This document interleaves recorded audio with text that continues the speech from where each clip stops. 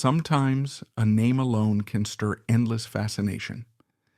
Lisa Marie Presley, daughter of the legendary Elvis Presley, embodied a legacy of rock and roll glory but also confronted a life of staggering challenges. Amid the brightness of her birthright, she faced controversies, heartbreak, personal struggles, and triumphs that deserve a closer look. Today we dive deep into her career successes and notorious scandals, exploring how she built her own musical identity, wrestled with high-profile marriages, managed staggering financial pressures, and endured relentless media scrutiny. Let's begin. Lisa Marie Presley was born on February 1st, 1968, in Memphis, Tennessee. From the outset, the world saw her as Elvis's little girl, a living extension of the king of rock and roll's fame. Yet behind the gates of Graceland, she was simply Lisa, reveling in a father's warmth. Elvis showered her with affection, showcasing that ever-vibrant personality for which he was adored worldwide.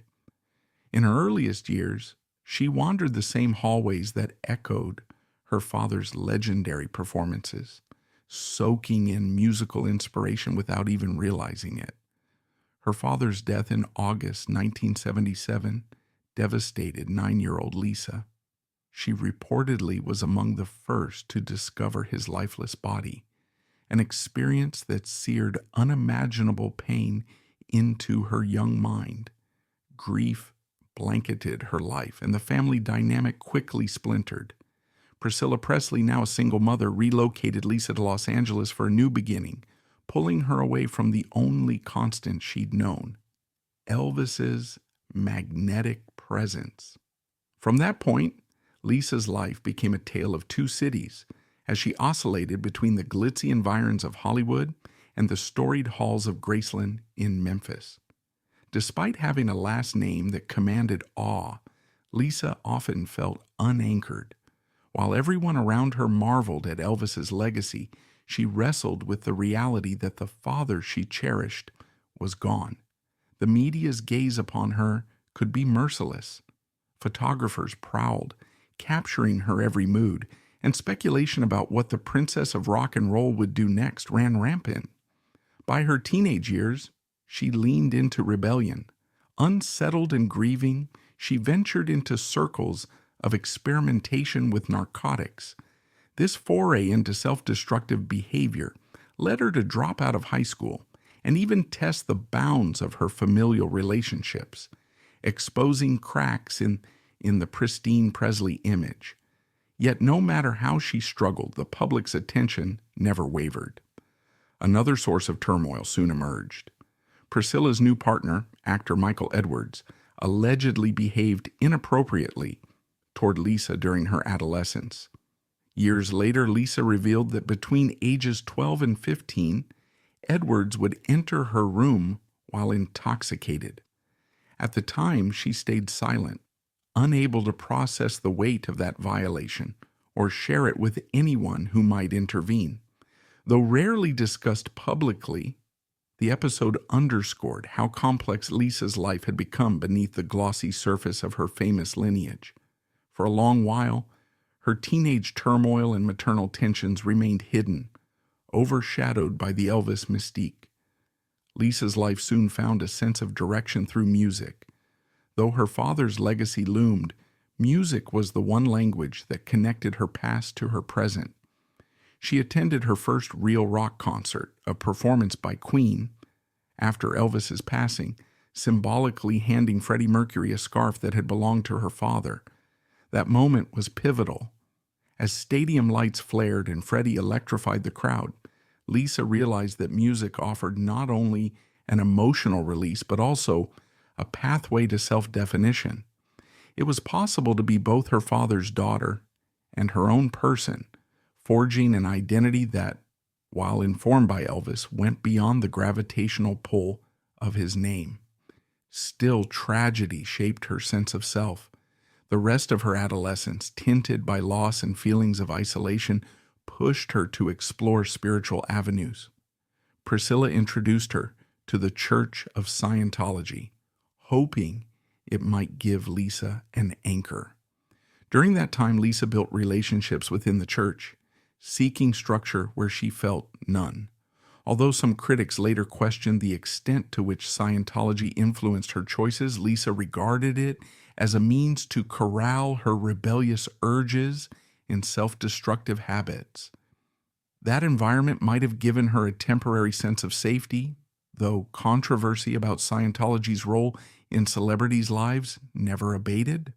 Through it all, Lisa's innate love of music simmered, waiting for the right moment to flourish. In her late teens, Lisa began to carve out an independent path. That independence, ironically, also paved the way for scandal. Her romantic life became fodder for tabloids, but she first found a semblance of stability with musician Danny Keough, whom she met at a rehab center. The pair's initial bond formed around shared creative interests and personal vulnerabilities. They married on October 3rd, 1988, in a modest ceremony at Scientology's Celebrity Center in Los Angeles. From the outside, it appeared Lisa was just stepping into a normal marital life, but in reality, her identity was still fracturing under the relentless weight of her father's overshadowing legacy, her own unresolved grief, and the pressures of public curiosity. Despite that tension, she felt enough comfort in the relationship to start a family. Lisa and Danny welcomed a daughter, Riley, then a son, Benjamin. She found new motivation in motherhood, pouring affection into her children that she herself had yearned to receive after Elvis's passing. Yet the marriage began to crack under the strain of Lisa's unsettled heart, as well as the unyielding public scrutiny that trailed her everywhere. Conflicts about personal ambitions, spiritual alignment, and that intangible Presley brand all played a role. In May 1994, after nearly 6 years, the couple divorced. While tabloids spun the story of yet another Presley heartbreak, Lisa insisted that she and Danny remained close friends, a claim reinforced when they briefly resided together again years later. Her rebound led to one of the most headline-grabbing controversies in entertainment history, her whirlwind marriage to Michael Jackson. The king of pop and the daughter of the king of rock and roll formed an unlikely pair that set off endless debates. Some believed it was a media ploy to distract from the child molestation allegations swirling around Michael. Others saw two deeply lonely souls, each battered by public misconceptions, trying to find comfort in each other. They had met years earlier at Elvis-related events, but it wasn't until 1993, when Michael faced significant legal troubles, that their bond solidified. Lisa became a staunch ally, offering emotional support as he battled negative coverage and the threat of criminal charges. In May 1994, just 20 days after her divorce from Danny Keough was finalized, she and Michael wed in a secret ceremony in the Dominican Republic. The scandal machine revved into overdrive. Commentators questioned whether the union was genuine love or a last-ditch effort to restore Michael's tarnished image. Their public displays of affection, including a famous and awkward kiss at the 1994 MTV Video Music Awards, drew widespread skepticism. At the same time, Lisa insisted she wouldn't have married Michael if she didn't believe in him. She publicly declared that she had faith in his innocence and wanted to help him break free of his prescription drug dependency. Still, the pressure was immense. Within months, the cracks appeared. Michael's personal struggles with painkillers, emotional isolation, and the unstoppable tabloid frenzy wore Lisa down. She filed for divorce in December 1995, about 18 months after their marriage began. Judge Hugo Francisco Alvarez Perez, who had officiated the wedding, later expressed surprise that they lasted as long as they did. Their relationship stood as a vivid symbol of Lisa's capacity for empathy and her entanglement with scandal. Not long after, Lisa briefly got engaged to singer-songwriter John Osyka, but that fizzled out in 2001. In 2002, she entered her third marriage, this time to actor Nicolas Cage, adding another chapter to the Presley brand of romantic controversy. Cage himself, a longtime Elvis fan, was rumored to have had a near-obsessive admiration for the king, fueling speculation that this might have been more about the Presley name than about genuine compatibility. They wed in a small ceremony in Hawaii, hoping for privacy, yet the union dissolved within 3.5 months, generating mockery and cynicism from the gossip columns. It further reinforced Lisa's reputation as someone ill-fated in love. She rarely spoke about the short-lived marriage, but people close to her hinted that their personalities clashed vehemently. Lisa's emphasis on personal freedom and emotional expression reportedly grated against Cage's equally intense temperament.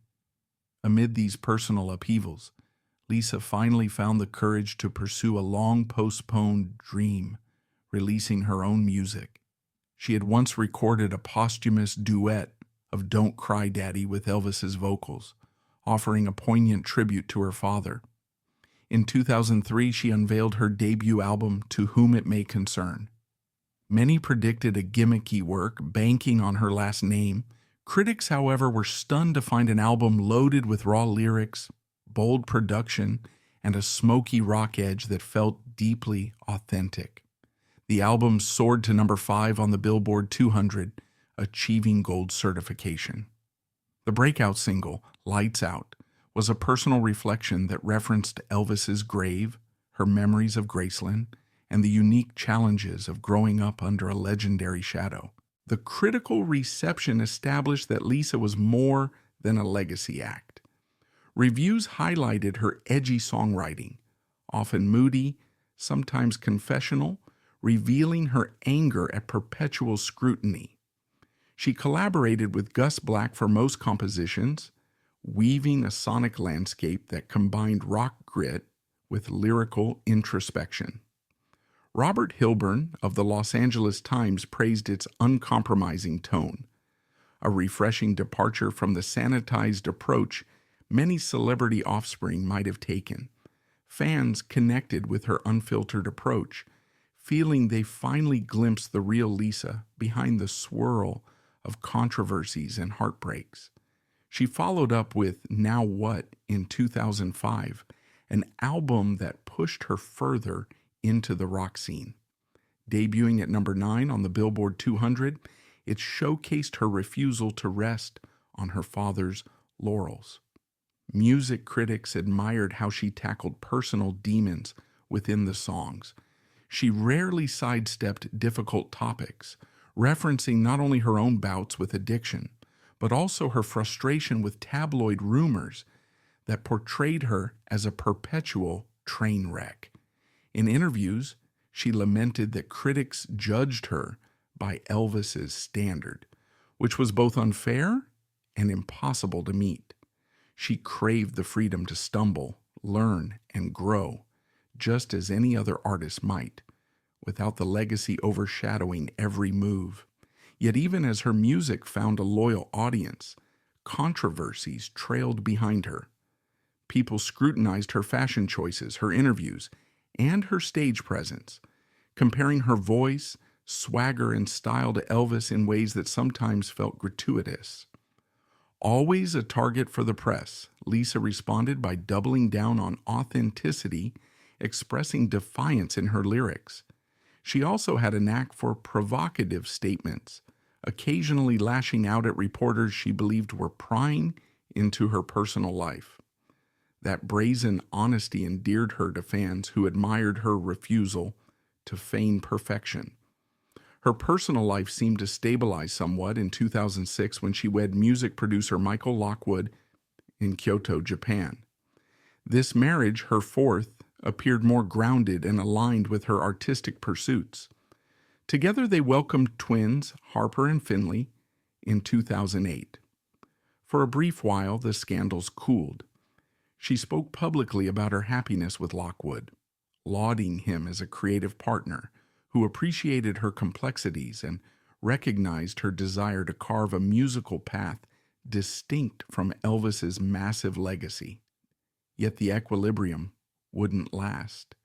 By 2016, she filed for divorce, accusing Lockwood of having hundreds of inappropriate photos on his computer, an allegation that triggered another wave of public interest, culminating in a bitter custody battle. The last vestiges of privacy around her life were stripped away once more. Throughout these controversies, her career chugged on. In 2012, she released Storm and Grace, produced by T-Bone Burnett. Critics regarded it as her most musically mature album, praising its rootsy sound that fused Southern Gothic elements with personal storytelling. Its title itself suggested the turbulence and redemption that defined her life. Entertainment Weekly commended her for delivering her best work yet, highlighting tracks like You Ain't Seen Nothin' Yet, which carried an eerie, emotive quality. Though the album charted at a more modest position than her previous efforts, it solidified her standing as an artist in her own right. Fans lauded the album's introspection, notably her willingness to address personal pain while also celebrating small victories. She might not have reached the iconic status that Elvis did, but she was forging a steady career anchored in sincerity. Still, scandal remained an ever-present backdrop. Financial woes spiraled into a front-page meltdown in 2018 when Lisa sued her former business manager Barry Siegel. She accused him of squandering her inheritance, once valued at around $100 million, leaving her with a paltry sum. According to Lisa, Siegel's mishandling of her trust amounted to gross negligence. Siegel countered that Lisa's own exorbitant lifestyle had drained the fortune. The feud dragged on, morphing into a spectacle that laid bare private details of her expenses, ranging from multiple lavish residences to high-maintenance personal requirements that the general public found both astonishing and disconcerting. This was a blow to her philanthropic side as well. Lisa had been involved in various charities, continuing Elvis's tradition of generosity. In 2005, she famously joined forces with Oprah Winfrey's Angel Network to assist Hurricane Katrina victims. She personally loaded trucks with food and clothing, distributing them at shelters in Mississippi, exemplifying a hands-on approach that fans respected. Yet as financial tensions soared, her ability to bankroll charitable ventures ebbed. This dark turn in her finances contradicted the public's assumption that the Presley empire was endless. Watching the meltdown unfold gave skeptics fresh ammunition. They viewed it as the latest Presley scandal, a squandering of Elvis's fabled estate that tarnished her father's legendary generosity. In parallel, her struggles with addiction continued. She had revealed in the foreword to Harry Nelson's book, The United States of Opioids, a prescription for liberating a nation in pain, that she had succumbed to opioid abuse after the birth of her twins. It echoed an eerie pattern. Her father and her former husband, Michael Jackson, had both died partly due to substance-related complications. That personal history weighed on her, fueling shame and guilt. At times she managed sobriety.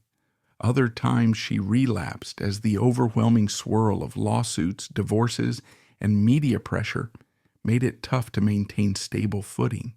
She described the heartbreak of realizing she, of all people, should have known better. It became a cautionary tale for fans, shining a harsh spotlight on how addiction can snare anyone, even those surrounded by resources and brand recognition. Tragedy struck anew in 2020 when her beloved son, Benjamin Kyo, took his own life at the age of 27. She had often remarked on his uncanny resemblance to Elvis, and that connection magnified the heartbreak. This loss shattered her, compounding the grief she had carried since Elvis's death. The press swarmed again, relishing in what they labeled a Presley curse. Lisa wrote candidly about her anguish, stating that grief was not a stage one passes, but a weight one must bear forever. The media turned her raw heartbreak into headlines, yet she remained focused on her 3 daughters, Riley and twins Harper and Finley. She needed to keep going for their sake, even as heartbreak threatened to consume her. Her final years were spent juggling estate issues and personal challenges. By this time, Graceland, once her childhood haven, had evolved into a thriving museum that welcomed millions of Elvis fans every year. She remained its sole owner, but the complexities of running Elvis Presley Enterprises, coupled with her lawsuits and personal setbacks, meant her time was fragmented by endless logistical demands. She occasionally appeared at Elvis-themed events, smiling gamely for fans, while quietly battling her own emotional turmoil. This perseverance gained her a new level of respect among many who saw her as someone courageous for publicly grappling with heartbreak and addiction, while maintaining enough composure to honor her father's memory.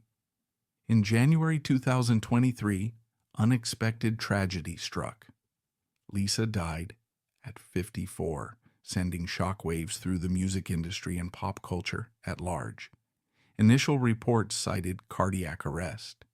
Yet soon, details emerged attributing her death to complications from bariatric surgery, including a partial intestinal blockage. The autopsy also noted the presence of certain substances in her bloodstream, fueling more speculation. Doubters wondered whether emotional grief and residual addiction had contributed to her sudden end, or whether she had simply fallen victim to the health risks associated with the procedure. Whatever the catalyst, the news of her passing spread quickly, sparking a new wave of interest in the Presley lineage. Her funeral took place at Graceland, near the resting places of both Elvis and Benjamin. The Presley estate, once a symbol of rock and roll opulence, became a solemn site of mourning where multiple generations now lay. Fans worldwide paid tribute by leaving flowers and heartfelt messages along Graceland's ornate gates. Some lamented the cyclical tragedy that seemed to afflict the Presleys. Elvis dying at 42, Benjamin at 27, and Lisa at 54. The narrative of heartbreak overshadowed the philanthropic endeavors, the philanthropic spirit, and the creative drive that also colored Lisa's life. Nevertheless, her children, Riley, Harper, and Finley, were named heirs to her trust, maintaining the family's long-standing stewardship of Elvis's legacy, even as internal disputes arose about the specifics of the will. Before her death, Lisa had been collaborating with Riley Keough on a memoir slated for release in October 2024. Though still untitled, it promised a deep dive into Lisa's experiences growing up in the shadow of Elvis. Riley intended to narrate the audiobook version, stitching in audio from her mother's personal tapes. Now, that memoir stands as the final puzzle piece, an intimate document that may clarify the heartbreak, the controversies, the drive behind her music, and the improbable burden of being Elvis's heir. With Lisa's passing, it has taken on even greater emotional weight as fans anticipate a rare perspective that only she could provide. In retrospect, Lisa Marie Presley's career was a study in forging authenticity amid a tidal wave of scandal and speculation. She released 3 notable studio albums, To Whom It May Concern Now What, and Storm and Grace, that secured her a loyal fan base.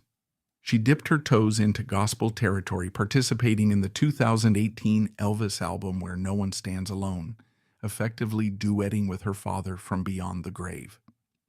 Each release revealed her craving to stand alone, defying the narrative that she was merely Elvis's daughter. She might not have dominated the charts indefinitely, but the sincerity of her lyrics and the grit of her voice left an impression on many listeners.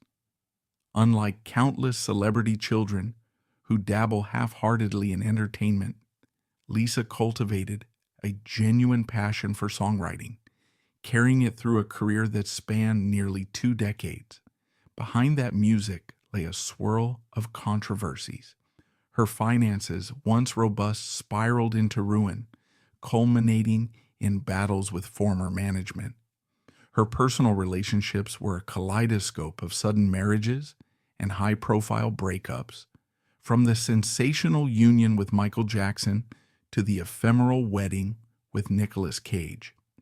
Each time, tabloids feasted on the drama, often overshadowing her music.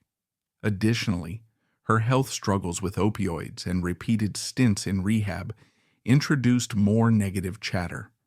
By letting the world in on her struggles, though, she also opened up an avenue for empathy, reminding fans that wealth and fame are no safeguards against emotional and psychological distress. Her philanthropic record added a quieter dimension to her image. Like her father, who was known to give generously to charitable causes, Lisa championed homeless shelters, children's health programs, and literacy initiatives in Memphis and elsewhere. Her philanthropic efforts rarely made the front page, but underscored a sincerity beyond the endless wave of controversies. That philanthropic inclination mirrored Elvis's legendary generosity. He was known for philanthropic gestures like giving away Cadillacs and funding charities. So it felt only natural that Lisa similarly used her platform to support causes that mattered to her. Certainly, scandal overshadowed many of her best intentions. No matter how much good she did, the press latched onto every misstep. Each divorce filing, custody hearing, or lawsuit over mishandled funds. Disentangling personal accountability from misfortune can be complicated.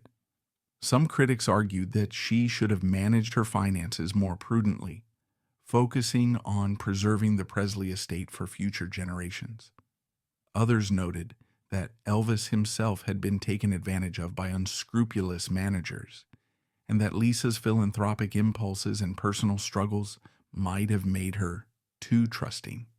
Her adversity was also amplified by the nature of celebrity.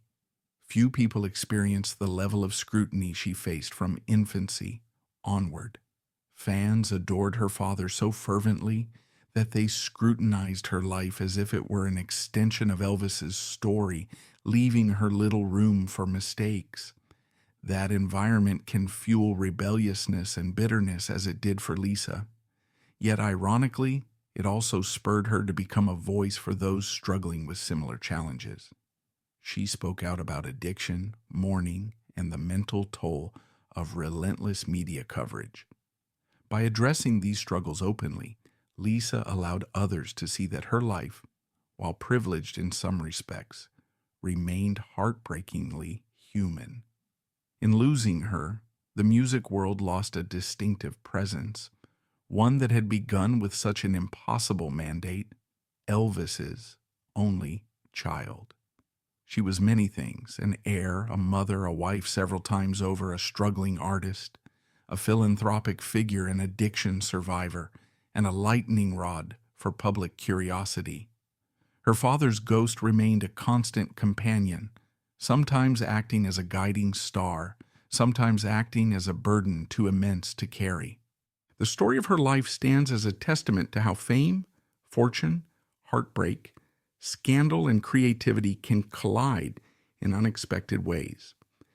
In the end, Lisa Marie Presley proved that she wasn't merely a novelty act. She had grit, shaping a respectable music career that included collaborations with prestigious producers. She overcame repeated heartbreaks, the shocking death of Elvis, the suicides or passing of those close to her, and the meltdown of multiple marriages. She fought to maintain sovereignty over her father's estate, championing philanthropic efforts in his name. Yet controversies, both external and self-inflicted, shadowed her consistently. The public's appetite for Presley's scandals never seemed to wane, especially when her finances faltered or her romantic life took center stage. Now that she is gone, we're left with the question of her legacy. Was she a tragic figure overshadowed by Elvis's greatness, or was she a resilient soul forging an identity amidst unimaginable pressure? Perhaps both. Her short, tempestuous life reveals that being born into a legendary family can be a curse and a blessing, an inheritance that provides unimaginable opportunities, but also unrelenting stress.